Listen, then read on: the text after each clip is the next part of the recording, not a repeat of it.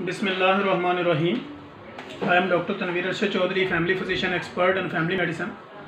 I have a 2-year working experience with the Nutrition Society of USA. आज हम अपने viewers, follower, patient, friends and family के साथ एक नए टॉपिक के ऊपर गुफ्तगू करने की कोशिश करेंगे। जैसा कि हम अपने क्लिनिकल ट्रायल के अंदर देखते हैं कि आज इस दौर के अंदर बेशुमार ऐसे पेशेंट्स जिसमें बच्चे हैं, बड़े हैं, बूढ़े हैं, जवान हैं, ये हमारे क्लिनिकल ट्रायल में मल्टीपल डिजीज़ के साथ और मल्टीपल कंप्लेंट्स के साथ आ रहे हैं। तो जब हम उनको एग्ज़ामिन करते हैं तो बेशुमार ऐसे केसेस निकल रहे हैं जिसमें उनको स्केबीज़ है, एलर्जी है, एक्जिमा है, डर्माटाइटिस है, फंगल इन्फेक्शन है या कोई और स्किन सॉफ्ट टिश्यू इन्फेक्शंस है।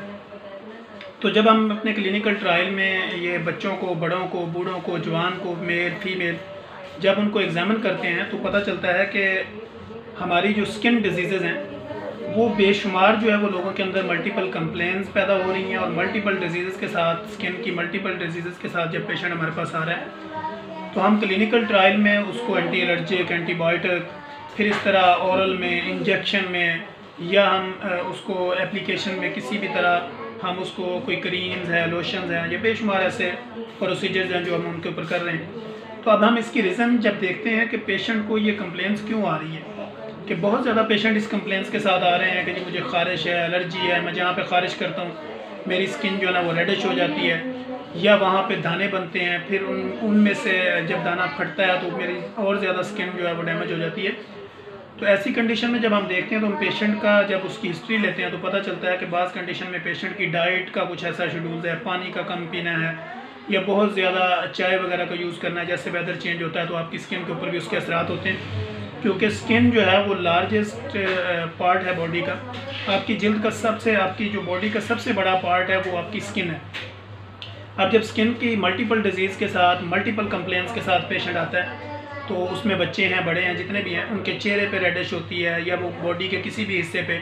अगर उनको इचिंग है या वो उसको ख़ारिज करते हैं तो वहाँ पे निशान बनते हैं या वो स्किन वहाँ से फटना शुरू हो जाती है, ड्राइनेस हो जाती है। तो ऐसी कैफियत में जब हम पेशेंट को ट्रीट करते हैं तो हम उसको एंटी एलर्जिक पे ले जाते हैं, एंटीबायोटिक पे ले जाते हैं, मुख्तलिफ उनको क्रीम्स, लोशन देकर इस कंप्लेंट्स को सॉल्व करने की कोशिश करते हैं। तो पेशेंट को जब हम गाइडलाइन देते हैं तो हम उनको कहते हैं कि भाई अगर आपके घर में किसी एक बंदे को स्केबीज़ है या एक्जिमा है, डर्माटाइटिस है, स्किन है, फंगल इन्फेक्शन है या स्किन सॉफ्ट टिश्यू इन्फेक्शन है या कोई भी ऐसी स्किन की डिजीज़ है जो एक से दूसरे में ट्रांसफ़र हो रही है या आप जब करते हैं तो आपको लग रहा है कि ये मुझे इचिंग करने में मज़ा आ रहा है या जब मैं ख़ारिश अपनी बॉडी पे कर रहा हूँ मुझे और ज़्यादा मज़ा आ रहा है, तो ऐसे में जब आप अपने बच्चों के साथ टच होते हैं तो वो बच्चे आपकी स्किन के साथ अटैच होते हैं। इस तरह आपके और जिस बिस्तर पे आप लेटते हैं, जो ब्लैंकेट यूज़ कर रहे हैं, जो कपड़े यूज़ कर रहे हैं, जो टॉवल यूज़ कर रहे हैं, ये सारी चीज़ें जो है वो हम पेशेंट को कहते हैं कि आप इनको अपनी सेपरेट कर लें। अपने बच्चों का टॉवल्स अलग रखें, अपना टॉवल अलग रखें जिससे आप बिस्तर पे लेट रहे हैं, जो ब्लैंकेट यूज़ कर रहे हैं, जो शीट्स ले रहे हैं, जो पिल्लो इस्तेमाल कर रहे हैं, इन सारी चीज़ों को जो है वो आप एक तो धूप लगवाएं, इनको वॉश करें, किसी भी एंटीसेप्टिक के साथ इनकी वॉशिंग करें और अपनी बॉडी के ऊपर जो है वो कोई क्रीम्स, लोशन इसको अप्लाई करें, एंटी एलर्जिक का इस्तेमाल करें, एंटीबायोटिक जो आपका डॉक्टर जो है वो उसको जो रिकमेंड करें उसको आप यूज़ करें और अपनी डाइट के अंदर जो है वो आप तेज़ मिर्च मसाले, स्पाइसी चीज़ें और इस तरह की चाय का इस्तेमाल और स्पेशली वो चीज़ें जो आपकी स्किन के अंदर जाकर ड्राइनेस पैदा करती हैं, ऐसी सारी चीज़ें जो है वो आपने वक्ती तौर पर उनको बंद कर देना होता है। और आप अपने बॉडी के ऊपर अगर नाइट टाइम में आप शावर लेते हैं उसके बाद अपनी बॉडी को टॉवल्स के साथ ड्राई करते हैं, फिर आप कोई क्रीम या लोशन उसके ऊपर लगाते हैं जो भी एंटी एलर्जिक है, एंटी फंगल है, एंटीबायोटिक है, जो भी आपको डॉक्टर ने रिकमेंड किया हुआ है वो आप लगाते हैं। इसी तरह जब आप सुबह जो है वो फिर दोबारा शावर लेंगे तो शावर लेने के बाद कोई भी सोप आप यूज़ कर सकते हैं। सारे सोप ही एंटी सेप्टिक होते हैं, उसमें ये कोई स्पेसिफिक नेम नहीं है। कोई भी सोप जो आपके लिए आपकी अरेंजेबल है, आपके लिए सूटेबल है, वो आप अपनी बॉडी पे अप्लाई करें और उसके बाद आप नहाने के बाद अपनी बॉडी को खुश्क करें। फिर आप जो है वो ऑयल ले लें, कोई भी ऑलिव ऑयल ले लें या कोई भी सरसों का ऑयल ले लें, उसमें जितना ऑयल है उतना पानी मिक्स करें, फिर उसका एक महलूल बनाकर वो आपकी बॉडी पे अप्लाई करें। उसके बाद फिर अपनी बॉडी पे ऊपर एक दफ़ा पानी लें, शावर लें और उसके बाद जो है वो आप अपने कपड़े चेंज करें और अपने किसी भी काम पे जा सकते हैं। इसी तरह यही प्रोसीजर जो है वो आप नाइट में भी करेंगे। नाइट में भी जब आपको स्केबीज़ है, इचिंग है या डर्माटाइटिस है या फंगल इन्फेक्शन है, उसका ट्रीटमेंट मेडिकेशन तो चलेगी,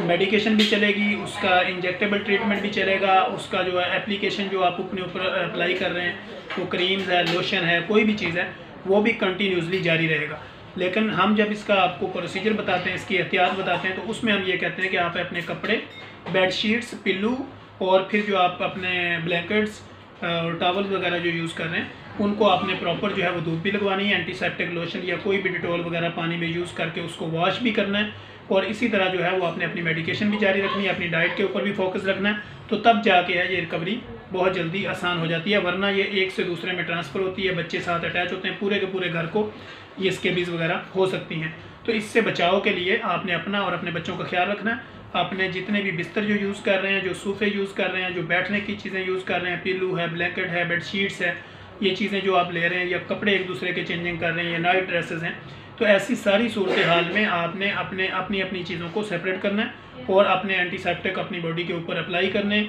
और इनको वॉशिंग करनी है और इनको धूप में खुश्क करना है और फिर इसको यूटिलाइजेशन करना है। जैसे पूरे घर के अंदर ये स्केबीज़ ख़त्म होगी, तो फिर फर्दन ये सब के ऊपर ये इनका असर कम होता जाएगा और आपकी स्किन जो है ना वो हेल्दी होती जाएगी और आपको इस बीमारी से आपकी जान छूट जाएगी। इस मौसम में हम अपने क्लिनिकल ट्रायल में देख रहे हैं कि बेशुमार मरीज़ ऐसे आ रहे हैं जो इचिंग के साथ है, स्केबीज़ के साथ है, डर्माटाइटिस है, फंगल इन्फेक्शन है, एक्जिमा है, ये बेशुमार डिफरेंट कैटेगरीज़ हैं। इनकी ट्रीटमेंट भी बिल्कुल डिफरेंट है, इनका प्रोसीजर भी बिल्कुल डिफरेंट है। लेकिन जनरल नॉलेज अपडेट करने के लिए हमने आपको स्केबीज़ और एक्जिमा के ऊपर जो है वो ये एहतियात बताई हैं। इसके करने से इनकी रिकवरी बहुत ज़्यादा आसान हो जाती है। नेक्स्ट हम इंशाल्लाह कोशिश करेंगे जो भी हम अपने क्लिनिकल ट्रायल से कोई ऐसा मसला उठाएंगे जो हमें नज़र आएगा कि पेशेंट ज़्यादा तादाद में इस मसले इस कंप्लेंट के साथ आ रहे हैं, तो हम इंशाल्लाह नेक्स्ट एपिसोड के अंदर कोशिश करेंगे कि उसके ऊपर एक मुदल्लल और जामे जो है वो एपिसोड बना के आप लोगों के साथ शेयर किया जाए। तब तक के लिए इजाज़त दीजिए। अल्लाह हाफिज़।